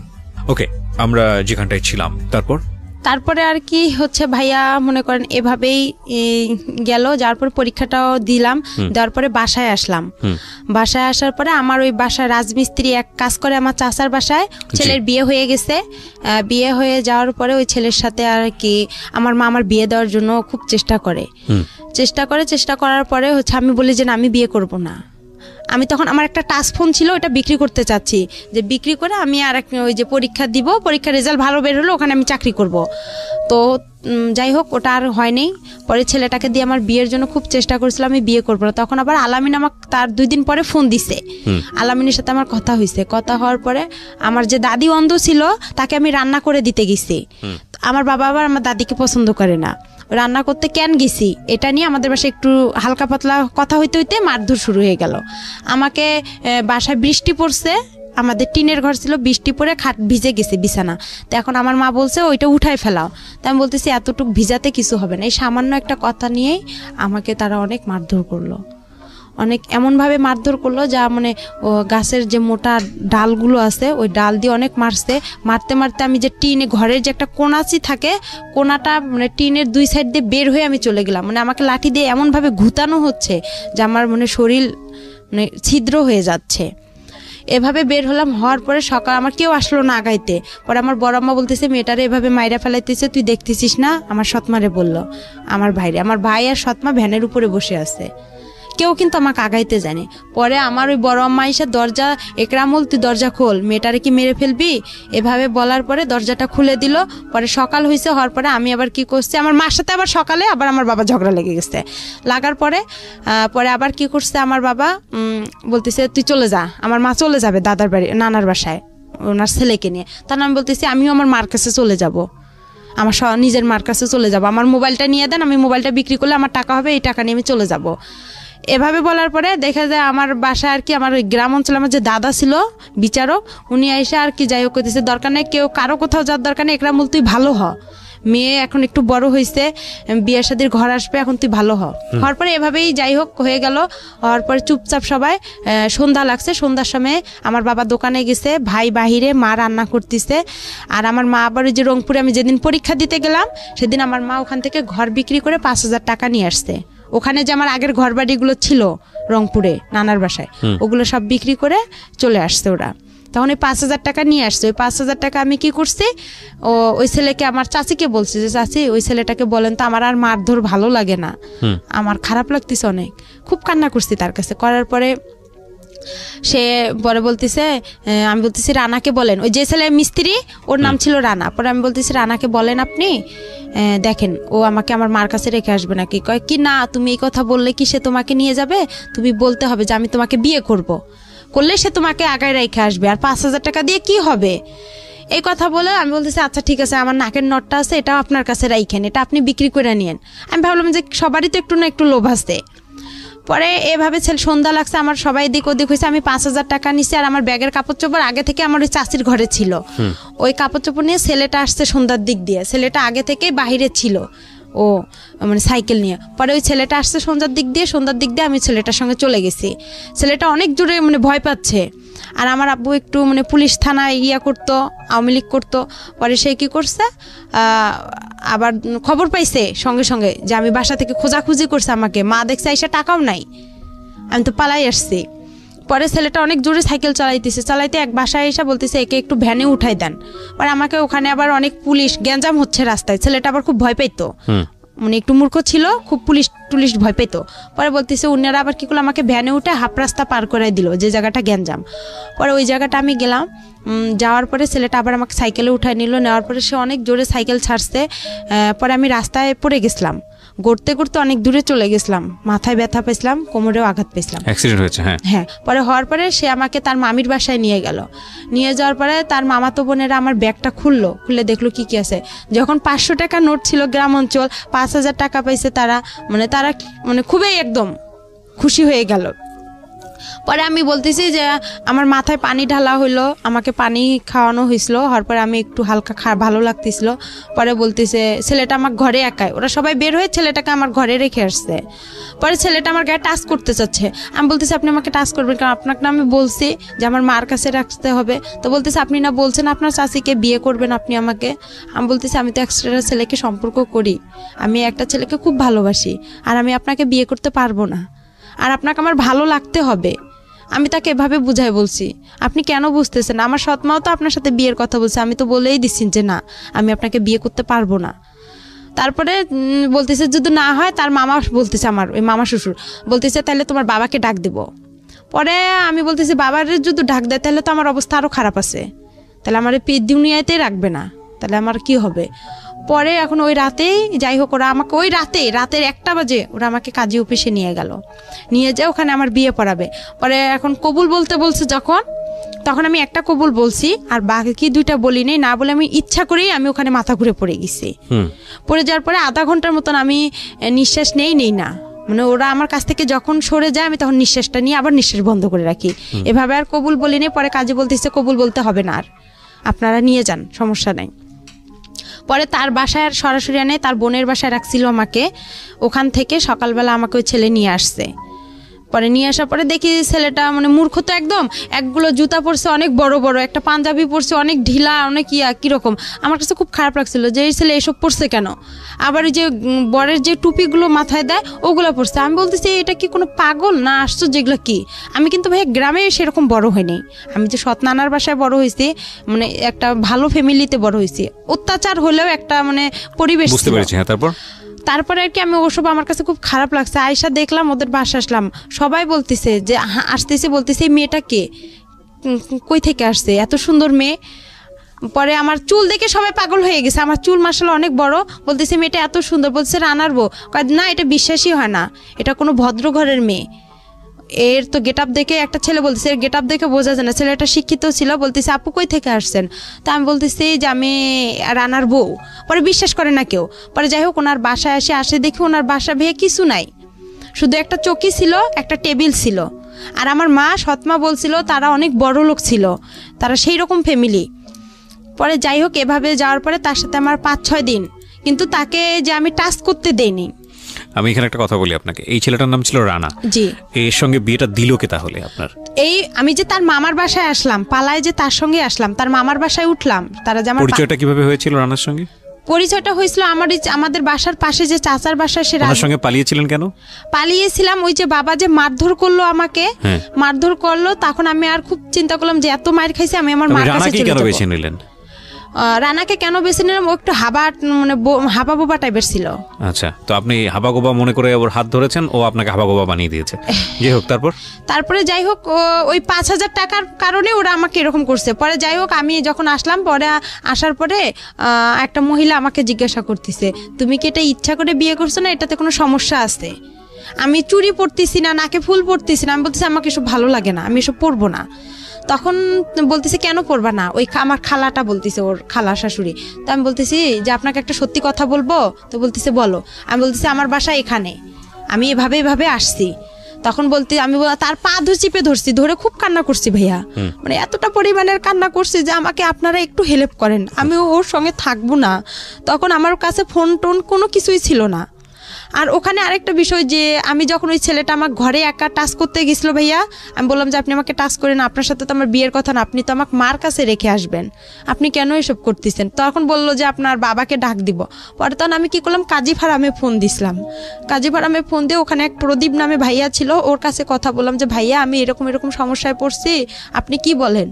আমি পারবো না, আমি আমার মার কাছে যাবো, নাহলে আলামিনকে একটু বলেন না কষ্ট করে, ও আমাকে এখান থেকে নিয়ে যাক, নাহলে আমাকে বিয়ে করুক। বলতেছে না, ও তোমাকে কখনোই বিয়ে করবে না, তুমি এসব বাদ দিয়ে দাও, ওই ছেলেকেই বিয়ে করো। পরে এভাবে বিয়েটা হয়ে গেল। হওয়ার পরে আমি যখন ওই যে আসলাম, আমার খালা শাশুড়ির সব কিছু বললাম। পরে ওনার পা চিপে ধরছিলাম, ধরার পরে বললাম যে এরকম দেখেন আমাকে একটু সহযোগিতা করেন। পরে ভাইয়া ওখানে 2 দিন থাকার পরে ছেলেটার মার সাথে আমার ঝগড়া লেগে গেল। আমাকে বলতেছে তুমি আমার ছেলেকে আমার কাছ থেকে কাইরা নিছো। আমি কই আপনার ছেলে আমি কাইরা নিছি, এটা সত্যি কথা। আমি আপনারা বেশি কিছু করবেন, আমি নারী নির্যাতনের কেস করব। আমি আপনার ছেলেকে বিয়ে করিনি, আর আপনার ছেলের সঙ্গে আমি থাকবো কিসের জন্য? আমি ভালোবাসি আলামিনকে। তখন ওখানেও আলামিনের সাথে আমার কথা চলে ওই খালা শাশুড়ির মোবাইল থেকে। পরে আলামিন সব কিছুই খালা শাশুড়ির বলে। পরে বলে নতুন জীবন শুরু করছো, সংসার করো। 5 দিন তার সাথে আমার খাওয়া দাওয়া হয়, ওর সাথে সেভাবে খাওয়া দাওয়া না। ওর সাথে একটা ঈদ হয়, আমার কুরবানি ঈদ হয়। কুরবানি ঈদে সে আমার কোনো কাপড় চোপড় এনে দেয় না, শুধু আপনার কম দামি একটা জামা, একটা সালোয়ার এনে দেয়, ওইটা দিয়ে আমি ঈদ করি। করার পর আমি বলছি ঈদের পরে ওকে আমি ছেড়ে চলে যাব। আমার খালা শাশুড়িকে বলছি, এই নিয়ে আমার বিচারও বাসায় বসছিল। পরে আমার বাবা মাও মাইনা নিছিল ওই ছেলেকে নিয়ে। আমার বাবা মা বলছিল আচ্ছা ঠিক আছে মেনে নিছি আমরা। পরে বলার পরে কয়েকদিন পরে ঝগড়া লাগার পরে আমার বাবার বাসা থেকে লোক আসলো, গ্রাম থেকে লোক আসলো। পরে এখন আমার বাবা আমার সাথে কথা বলে, কয় কি ওকে এখনই ছাড়ার দরকার নাই, ওই কাবিননামা কত করছে? আমি বলি কাবিননামা 1 লক্ষ টাকা করছে। কয় ওই 1 লক্ষ টাকা আমরা ওর কাছ থেকে নিব, নিয়ে তোকে নিয়ে আসবো। আমার বাবা এবার একটু লুভি টাইপের, সে যখন ওই কথা বলল তখন আমি আবার কি করলাম, বলতেছি না, আমি মনে মনে চিন্তা করলাম যে আমার বাবার এই কথা শুনলে আমার এই জীবনটা নষ্ট হয়ে যাবে। পরে আমি খালা শাশুড়ি কাজ ছেলেটাকে ভয় দেখাইলাম যে আমি নারী নির্যাতনে কেস করবো, নাহলে আমি ফাঁসি নোটকে মরে যাবো এখানে, আপনি আমাকে ছেড়ে দেন, নাহলে আমি আপনাকে ছেড়ে দিব।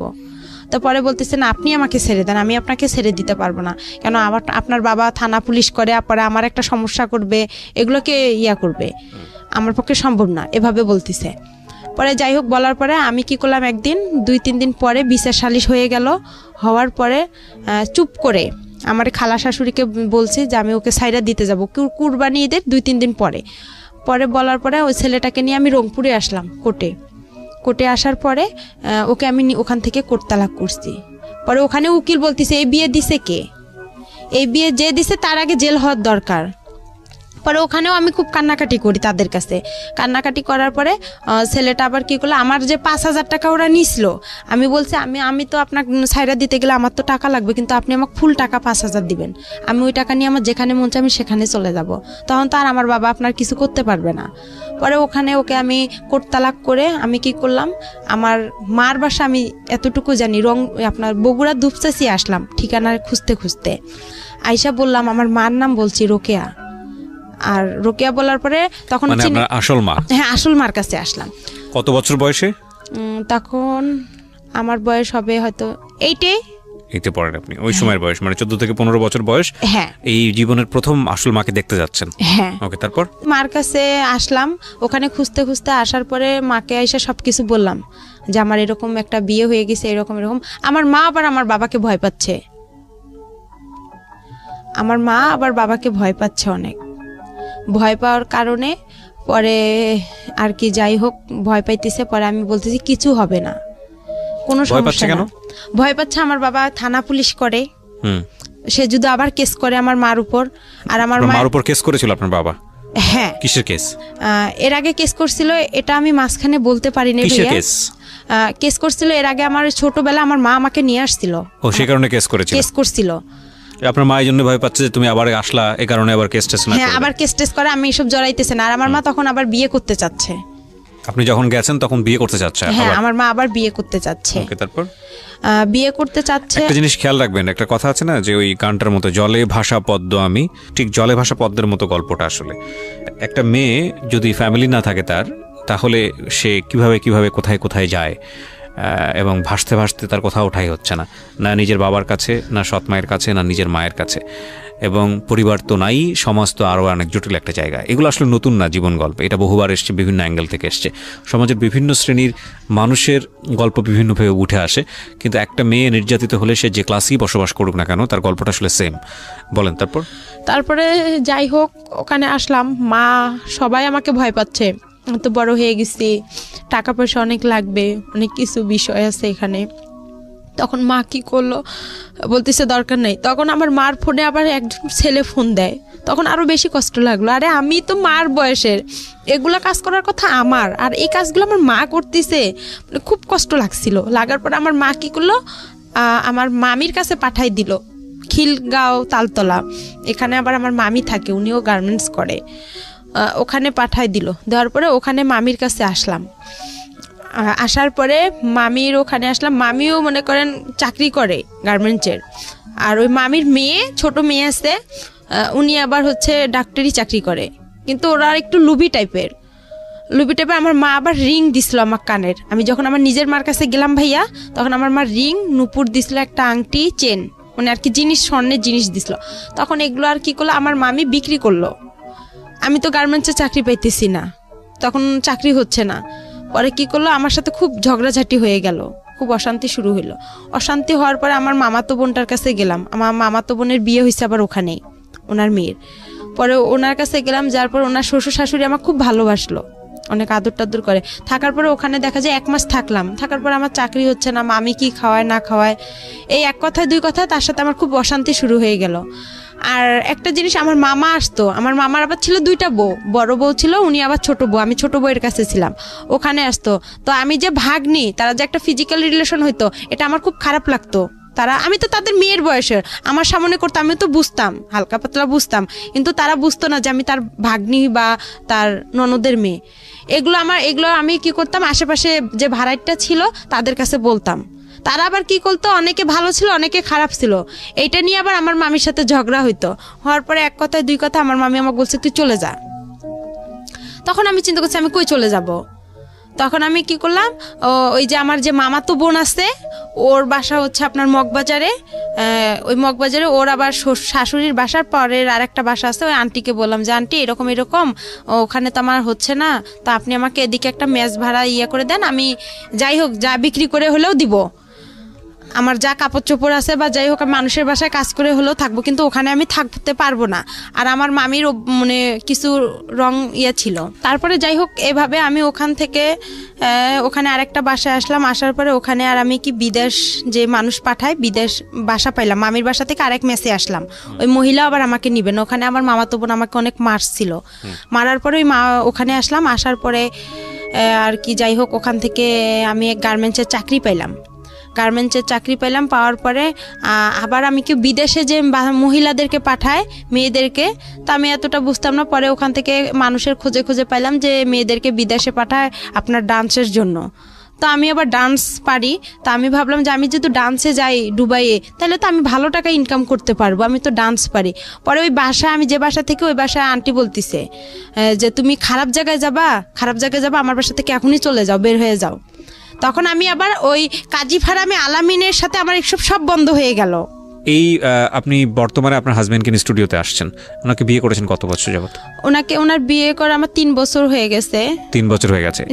এনার সঙ্গেও কি আপনার এই ভদ্রমহিলা যার গল্প বলছিলেন তিনি বিয়ে দিয়ে দেয়? হ্যাঁ, তিনি আমাকে বিয়ে দিয়ে দিয়েছে। তো ইনি বিয়ে দিয়ে দেয় এবং 3 বছর সংসার করছেন তার সঙ্গে। তিনি কি জানে, পুরো গল্পটা জানে আপনি আজকে যেটা বললেন এখানে? হ্যাঁ, সে পুরো আমার ইতিহাসটা জানে, আমি তাকে সম্পূর্ণ খুলে বলছি। আর সে আমার একটা কথার কারণে নাকি সে আমাকে বিয়ে করছে। তাকে সেটা কথা হচ্ছে আমার যে বিয়েটা ভাই এখানে আরেকটু তার সাথে যে আমার বিয়েটা হয়েছে, আমার ওই মামা শ্বশুর আমাকে দেখতে আসছিল, আমার হাজবেন্ড সহ দেখতে এসে আমার মামা শ্বশুর কথা উঠাইছে যে তোমার বাড়ি কই, কি কথার জন্য বিয়ে করেছে সেটা বলেন, আমি স্টোরি দিতে যাচ্ছি না। সেটা কি কথার জন্য, সেটা হচ্ছে সে চলে গেছে আমাকে দেখার পরে, সে চলে গেছে। যাওয়ার পরে সে বলতিছে হচ্ছে, আমি তাকে একটা মেসেজ করছি যে আমাকে কি আপনি ভুলে গেছেন। সে এই কথার কারণে নাকি আমাকে বিয়ে করছে, সে আমাকে অসহায় দেখে বিয়ে করছে। আপনার সব স্টোরি কি জানতো আগে, বিয়ের আগে যে ঘটনাগুলো ঘটেছে সেগুলো কি জানতো? তাকে আমি বিয়ের আগে সম্পূর্ণ বলছি যে আমি এরকম অবস্থা আমার। ওনার ফ্যামিলি আছে, ওনার বাবা মা সবাই জানে আপনার সম্পর্কে? না, ওরা কেউ জানে না। এই ছেলেটা কি করে আপনার হাজবেন্ড? আমার হাজবেন্ড হচ্ছে রিক্রুটিং এর মালিক। রিক্রুটিং বললে বিদেশে যে লোক পাঠায় উনি। আচ্ছা, তো এই 3 বছর যাবত সংসার করছেন আপনি, আপনার আগেও একটা বিয়ে ছিল সেটাও জানে। তো সবকিছু মিলে কেমন আছেন আপনি? সবকিছু মিলা আমি মোটামুটি বেশি ভালো নেই। এই জন্যই আমি চাইছিলাম যে আমার হাজবেন্ডকেও আজকে আমি এখানে রাখতাম। কেন ভালো নেই? সে আমাকে এত কিছু থেকে বঞ্চিত কেন করছে? সে তো আমাকে অসহায় দেখে বিয়ে করছে। এত কিছু থেকে বঞ্চিত করেছে বলে? এত কিছু থেকে আমি কি তার কাছে কি কোনো প্রাপ্য পাবো না? কি বঞ্চিত করেছে? সে আমাকে ঠিকভাবে দিচ্ছে না তেল সাবান। বিয়ের আগে প্রথমে, বিয়ের পরে সে আমাকে খুব ভালোবাসতো, তারপরে সে আর আমাকে ভালোবাসে না। কেন সে আমাকে ভালোবাসতে পারতেছে না? ভালোবাসে না বললে হবে, বললে তো হবে না। আপনি তার সঙ্গে হ্যাপি না? জি না। খাবার দাবার ঠিক মতো দেয় না, ভরণ পোষণ ঠিক মতো দেয় না? খাবার দাবারটা সেভাবে ঠিকভাবে পাই, যেটা কিন্তু কাপড় চোপড় তেল সাবান এটা ঠিকভাবে পাই না, তার ভালোবাসাটা পাই না। এসব সবই বাদ দিলাম। ভালোবাসা অন্য জিনিস, এটা পাবেন কিভাবে এটা জানি না আমি, এটা নিয়ে আসলে এক্সপ্লেইন করা এটা অন্য জিনিস। বাট আপনার ভরণ পোষণের জায়গা হাজবেন্ড হিসেবে এটা আসলে সে ঠিক মতো দেয় না, আপনি যেটা বলতে চাচ্ছেন। জি, এটা সে অন্য মেয়েদের সাথে কথা বলে, কেন সে এসব করে, কিসের জন্য করে, কেন? এটা অন্য ডাইমেনশন। আমি এই জায়গাটায় নাই বাজাই, আমি বরং আপনার হাজবেন্ড এতটুকু শুনলে হয়তো সে মন খারাপ করবে, তার সেই জায়গাটা থেকে আমি বরং এটা বলবো যে এগুলো না বলাটাই ভালো পাবলিকলি, কারণ যেহেতু আপনি এক্সিস্টিং তার সঙ্গে আছেন, এই বিষয়গুলো আপনাদের নিজেদের মধ্যে মিটিগেট করে ফেলাটা না। আমি এখানে আরেকটা কথা বলতে চাই যে আমি যেরকম আমি তো ভাইয়া সম্পূর্ণ কথা, আমি যেরকম আজকে পরিস্থিতিতে আসি, আমি শুধু একটা কথাই বলতে চাই যে আমি যে ভুলগুলো করছি এই ভুলগুলো যাতে। আমার এখানে অনেক ভুল আছে, আপনি আমাকে একটু সময় দেন। আপনার ভুলটা কি বলেন? আপনি আমায় এতক্ষণ ধরে আপনি বললেন, আমি তো ভুলই খুঁজে পাইনি আপনার। আমার ভুল হচ্ছে প্রথমত আমি যে আলামিনের সাথে সম্পর্কটা করছি এটা প্রথমত ভুল। আমি ভালোভাবে যদি নিজের একটু চেষ্টা করতাম। আমি একটু শুনাই আপনাকে, এবার আপনি একটু মনোযোগ দিয়ে শুনেন। বলাটাই মুখ্য না, মূল বিষয়টা আসলে হলো আপনার গল্পটা উঠে আসছে। এই যে 1-1.5-2 ঘন্টা আপনি এখানে বললেন, মূল গল্পটা উঠে আসছে। একটা যেটা হচ্ছে আপনি একটা ভালো ফ্যামিলি পাননি, প্রথম সমস্যাই ছিল এটা। আপনি যদি একটা ভালো ফ্যামিলি পেতেন, আপনার যদি গাইড করার মতো মানুষ থাকতো, তাহলে আপনার জীবনটা অন্যরকম হতে পারতো। দুঃখজনক হলেও সত্য যে আপনি সেটা পান নাই। এরপরে এই যে অল্প বয়সে যে প্রেমের সম্পর্কে জড়িয়ে যাওয়া, বা একটা ছেলের সঙ্গে আপনি ঘর থেকে বের হলেন আসল মায়ের কাছে ফেরার জন্য, এবং সেই আসল মাই আসল মায়ের ইন্টারেস্টিং দেখেন, ও সৎ মায়ের কাছে দিন যাবৎ থাকলো, কখনো সৎ মায়ের কাছে থাকতে পারলো না, বাবার কাছে গেল, বাবার কাছে গিয়েও সেখানেও থাকতে পারলো না, আবার সৎ মায়ের কাছে আসলো, সৎ মায়ের কাছেও থাকতে পারলো না। তখন মনে হলো যে না, আসল মায়ের কাছে ফিরে যাব। সেই জন্য সে একটা ছেলের হাত ধরে আসল মায়ের কাছে আসতে চাইলো। ওই ছেলে আবার তাকে ট্র্যাপে ফেলে বিয়ে করে ফেলে তারপরে শেষ পর্যন্ত ওখান থেকে সে ছাড়া পেয়ে সে তারপরে গেল হলো আসল মায়ের কাছে। আসল মায়ের কাছে যাওয়ার পরে সেখানেও সে থাকতে পারলো না, দেখলো যে আসল মা তাকে রাখবে না কেসের ভয়, কারণ সে আরেকটা বিয়ে করার প্ল্যান করছে। সুতরাং এই পরিণত বয়সের একটা মেয়েকে দেশে কি করবে?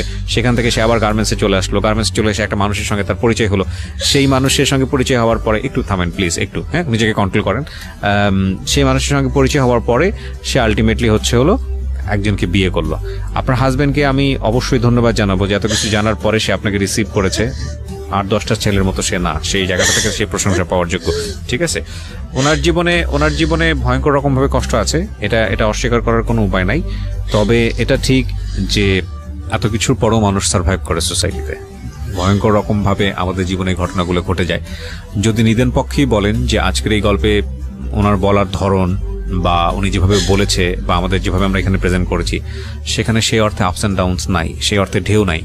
কিন্তু আপনি যদি একটু ঠান্ডা মাথায় চিন্তা করে দেখেন, এই যে মেয়েটি বড় হয়েছে আমাদের সমাজে, সেই জায়গাটি থেকে কীরকম কষ্ট করে তাকে বড় হতে হয়েছে।